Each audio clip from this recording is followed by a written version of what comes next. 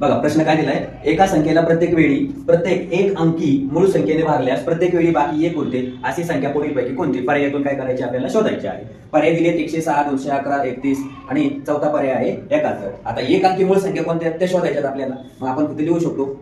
मूळ संख्या किती अंकी? एक अंकी. कोणत्या आहेत मूळ संख्या?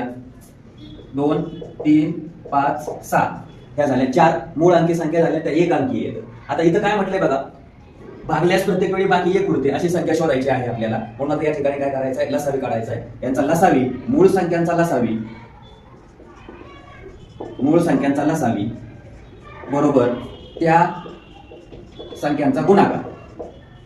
त्या संख्यांचा काय असतो? गुणाकार असतो.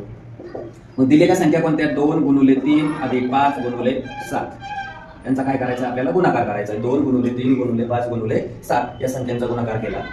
3 दुने 6, 5 7 35, 6 गुणुले 35, 6 पंचे 30, 4 3, 6 त्रिक 18, 2 21, 210. आता हा झाला लसावी.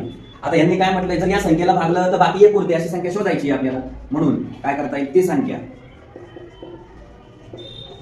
बरोबर लसावी अधिक बाकी. लसावी किती आहे? 210 अधिक 1 उत्तर किती आलं? 211. आणि 211 पर्याय क्रमांक जो आहे तो पर्याय क्रमांक कोणता आहे?